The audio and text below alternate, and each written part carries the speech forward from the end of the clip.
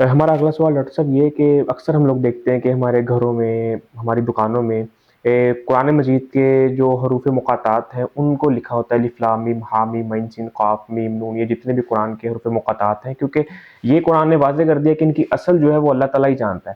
تو کیا یہ قرآن کی توہین نہیں ہے کہ ہم کسی پیر مرشد یا ولی سے یہ لکھوا کر اپنے گھر میں لٹکا دیں سول برکت کے لیے، یا جادو ٹونے وبائی امراض سے بچاؤ کے لیے؟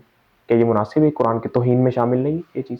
دیکھیں، چاہے حروف مقطعات لٹکائے جائیں یا قرآن کی آیات لکھ لکھ کے لٹکائے جائیں، کیونکہ یہ مقصد اس کا یہ نہیں ہے.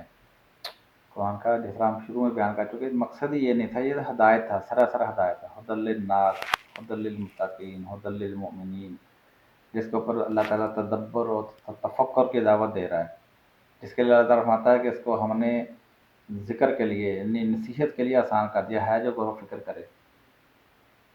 تو آج ہم نے اس کا ایسے فائدہ نہیں لیا تو وہ ہدایت والا فائدہ نہیں لینے کے لیے تیار.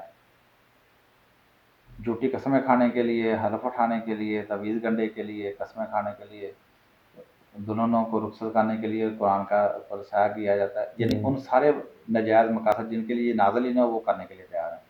نہ یہ رسول اللہ کی تعلیم ہے، نہ اللہ نے یہ مقصد بیان کیا ہے.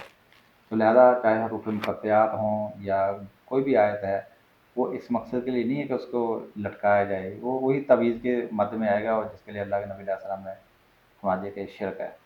بلکہ ایک حدیث کے اندر من اللہ کا شیئن وکل علیہ، جس نے کوئی بھی چیز لٹکائی، شیئن کوئی بھی چیز لٹکائی، وکل علیہ، وہ اسی کے حوالے کر دیا جائے گا، کیونکہ اس کا توکل اس کے اوپر ہے. وکیل کس کو کہتے ہیں؟ جس کے حوالے ہم اپنے معاملات کراتے اس کو وکیل کہتے ہیں. تو جس نے یہ چیز لٹکائی وکیل علیہ، وہ اسی کے حوالے کر دیا جائے گا، کیونکہ اس نے، اس کا بھروسہ ہی اس کے اوپر تھا. تو یہ ایک معمولی چیز نہیں ہے. جی، آپ کی بات بالکل درست ہے.